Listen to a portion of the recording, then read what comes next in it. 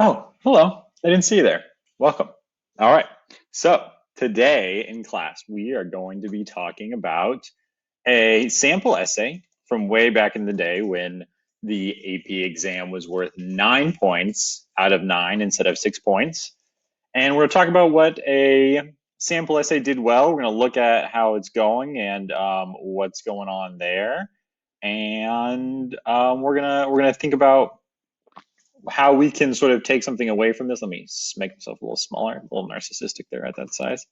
What they did well and how we can be better writers because of thinking about what the AP writers want and their goals for a high quality and great essay on this prose passage. So I've decided to pull a 9 out of 9 example of a prose passage, and let's look at what the guidelines were for this particular essay. Let's look at what they scored, and then let's actually look at the essay itself really quickly, so that we can be the best version of ourselves on May 11th, May 13th, one of those days. All right.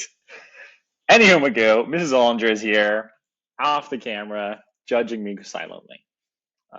Yeah, so she'll do that for the rest of the video. All right. So, question two deals with a Thomas Hardy passage from The Mayor of Casterbridge. And what they were looking for in this one was a character analysis, but not just of a singular character like I asked you guys to do on this College Board 6A prompt, but instead look at and compare the relationship, the complexity of the relationship between two characters. So there's that idea again of complexity, and it's clear that the College Board wants you guys to think about how something can be nuanced and complex and not have one clear singular purpose, but can have multiple layers, right? Looking at those multiple layers of a complex text. So what we're going to be thinking about as you look at this reading sample is what's their thesis? How do they convey that? How do they integrate evidence? And then how do they analyze that evidence? And finally, what do they do to make such a sophisticated 9 out of 9 passage, right? So in order to get this 9, or what now has become a 6, the real scoring hasn't changed very much. They've just sort of broken it up so it's more clear for you guys. But the same idea comes through where you have to respond to the prompt with a strong thesis. You have to make a strong case for your interpretation, aka need to pull evidence and analyze it.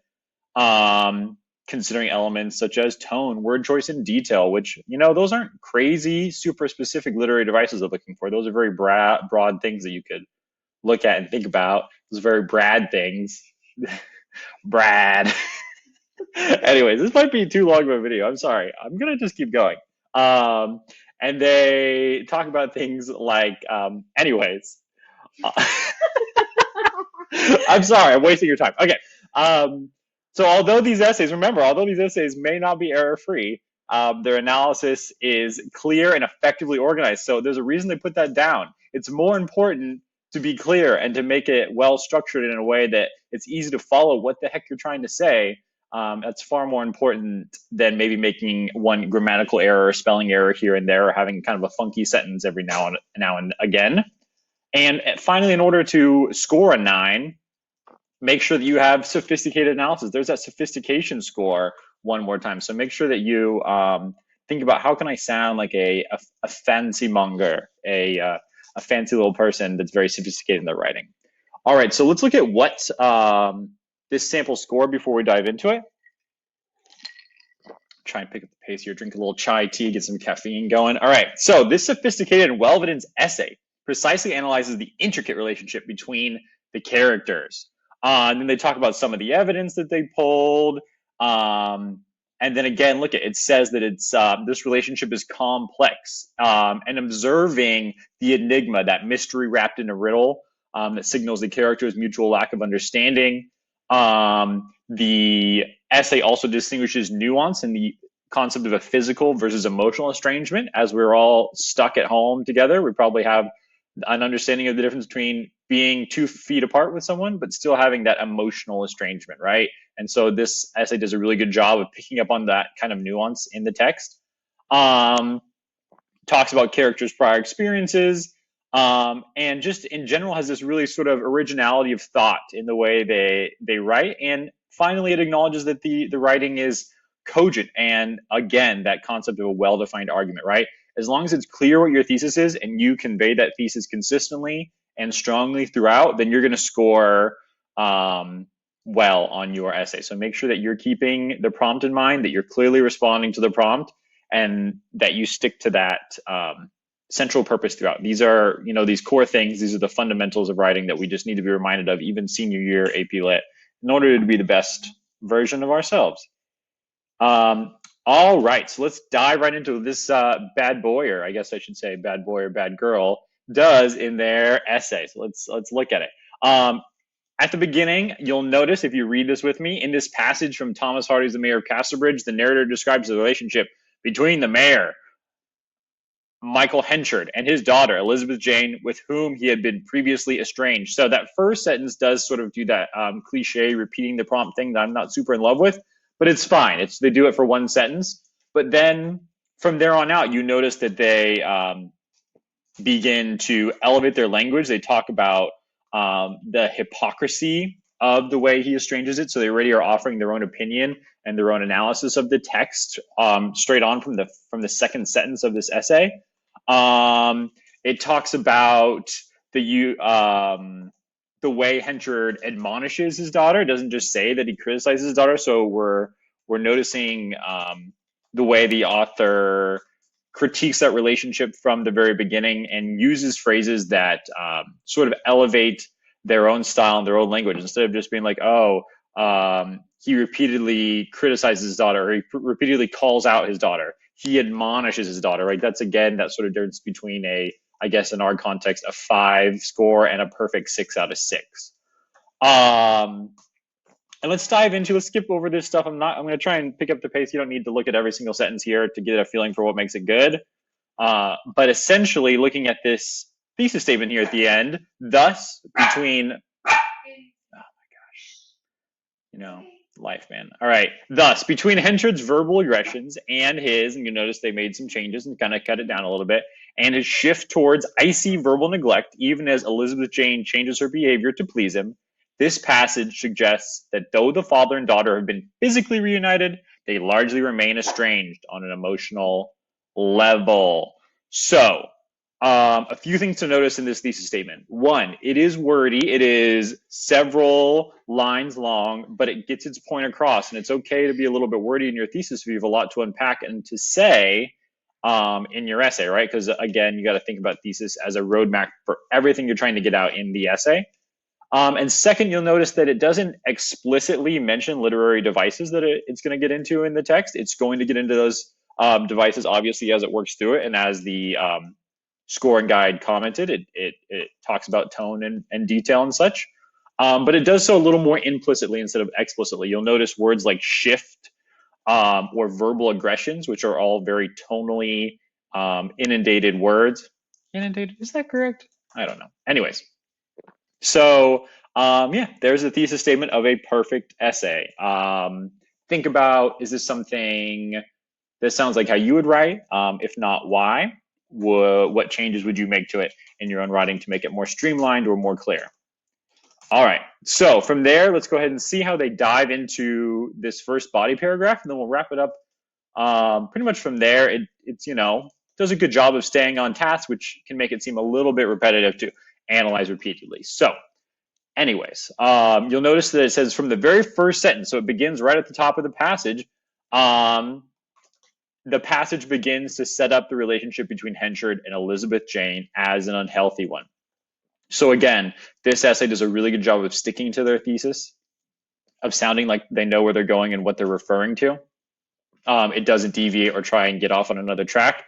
And it also very much sounds like they knew where they were going from the very beginning of the essay. They didn't sort of find their way, stumble along for a few sentences and find their way halfway through the essay, which can make it seem a little less elevated and a little less clear.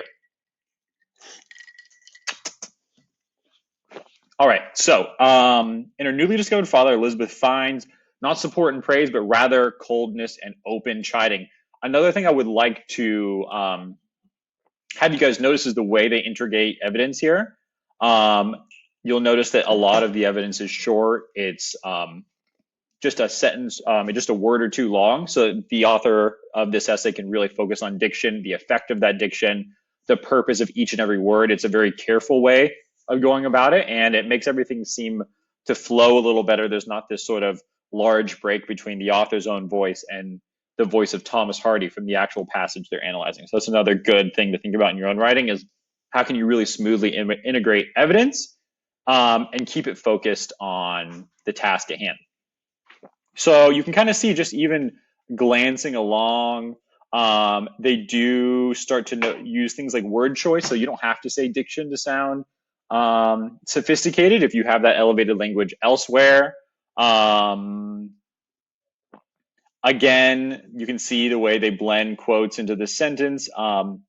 Just right here, fun note, you'll notice it says from this old passage, Dumbledore's and Hagrid. If you're a big Harry Potter fan, you might have heard those words before, but they were not invented for Harry Potter. They actually mean bumblebees and tired or worried person, right? So just, some fun facts there for you guys as you dive in.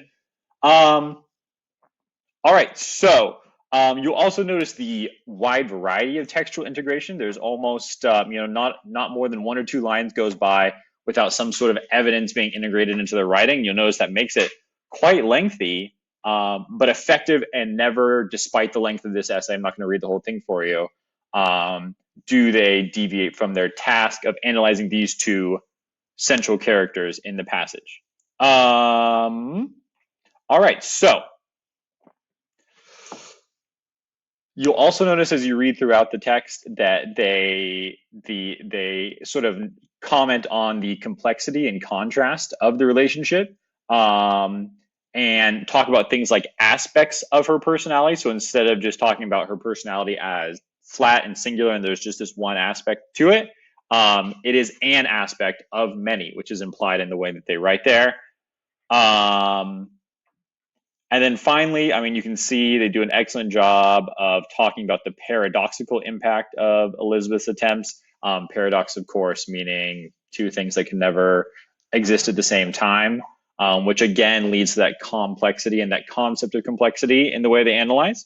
But I wanted to wrap it up by thinking about their conclusions. So you'll notice that in these final few sentences of their writing, they're still trying to drive that plot forward, and they really only, or not that plot forward, that analysis forward and that central thesis and purpose forward, they really only get to summing up and wrapping everything up in this last half of the final sentence, where they sort of hit the nail on the head and they sum everything up so concisely when it says that though they may live in the same house and recognize each other as family, despite their best efforts, Elizabeth and Henchard have remained quite estranged. So you can see just in that one half of a sentence, that one little bit, where the duality of the relationship comes from, and that concept of physical versus emotional estrangement. So going through the passage again and thinking about it as a whole, some of the things that this writer did really well is sticking to their purpose, having a clear and complex thesis, really integrating evidence super smoothly,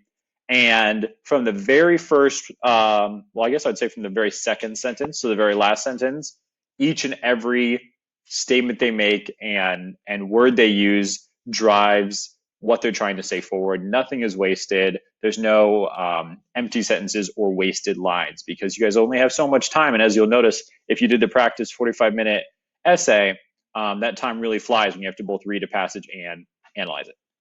All right, so I hope looking at this in I would say not a deep dive, not a shallow dive, just like a medium dive, like a kiddie pool dive, was a little bit helpful. I'll see you guys on Thursday, and maybe we can talk about this a little more and read some Macbeth. Thanks so much, guys. Have a good one. Let me see if I can turn this off.